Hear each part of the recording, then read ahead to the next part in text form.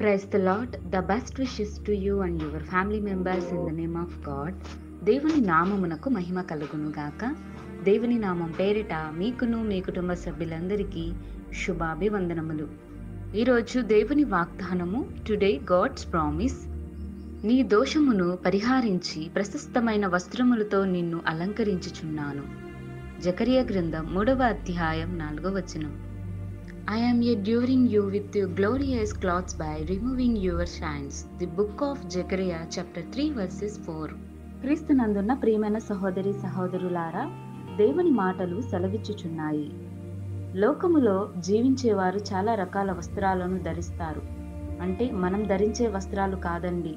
వస్త్రాలు అంటే పాపపు వస్త్రము, దోషములు, కపటము, నటించడము, కోపము, క్రోధము, జారత్వం, చెడ్డ మాటలు, మోసం, దొంగతనం, ఇలాంటి పలు రకాల వస్త్రాలను ధరించుకొని జీవిస్తూ ఉంటారు. కానీ ఈ వస్త్రాలన్నీ దేవుని దృష్టికి హేయమైన వస్త్రాలు అని దేవుడు చెప్పుచున్నాడు. దేవుని దృష్టికి పరిశుద్ధమైన వస్త్రాలను ధరించాలి. అంటే మహిమ వస్త్రము, స్తుతి వస్త్రము, పరిశుద్ధమైన నీతి వస్త్రములను దేవుడు మనకు ధరింప చేయాలని అనుకుంటాడు. కానీ మనుషులు దేవుని పరిశుద్ధమైన వాక్యమునకు లోబడక పాపము అనే ఊబిలోనే జీవిస్తూ ఉంటారు. దేవునికి మనమంటే ఎంతో ఇష్టం. ఆయనకు ఏ భేదం ఉండదు. ఆయనకు అందరూ సమానమే. కావున ఈ వాక్య భాగం సెలవిస్తోంది, దోషము పరిహరించే ప్రశస్తమైన వస్త్రములతో నిన్ను, అలాగే ఈ వాక్యం వింటున్న వారందరికీ దేవుడు దయచేస్తాడు అని వాక్యం ద్వారా సెలవిస్తున్నాడు. మరి మనం ఏ విధమైన వస్త్రాలను ధరించుకుంటున్నాము? దేవుని పరిశుద్ధమైన ఆలయములో ఆయనను మహిమపరుస్తున్నామా? ఆరాధిస్తున్నామా? ప్రార్థనలు చేస్తున్నామా? కాబట్టి మనందరము పరిశీలన చేసుకోవాలి. మనం ఖచ్చితంగా ఆయనను విశ్వసించాలి. ఆయన యందు భయము, భక్తి కలిగి జీవించేలా ఉండాలి. చెడు తలంపులను విడిచి మన పరిస్థితులను మార్చే దేవుడు ఆయనే. మన దోషములను కూడా పరిహారింపచేయువాడు మన ప్రభువైన యేసుక్రీస్తే. ఆయనే తన పరిశుద్ధమైన వస్త్రముతో మనలను నింపుతాడు. మనము పరలోకంలో ఆయన నిత్య రాజ్యాన్ని పొందుకోవాలంటే మనం దేవుని వస్త్రములను ధరించాలి. ఆయన నడవడికలో నడవాలి. ఆయన యందు విశ్వాసము కలిగి యథార్థంగా జీవించాలి. ఆయన నీతి మార్గమును అనుసరించి ఆయనను స్తుతించి ఆరాధించి ఆయనను ఘనపరచాలి.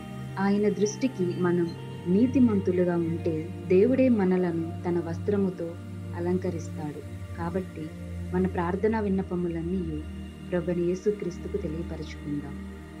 ప్రార్థన. ప్రేమామయుడ, దయామయుడ, నీకే వందనములు, స్తోత్రములు దేవా. ఈరోజు ఈ వాక్యం ద్వారా మా అందరితో మాట్లాడి, అలాగే మంచి వస్త్రములు, చెడు వస్త్రములు గురించి మాతో మాట్లాడినందుకు వందనాలు ప్రభువా.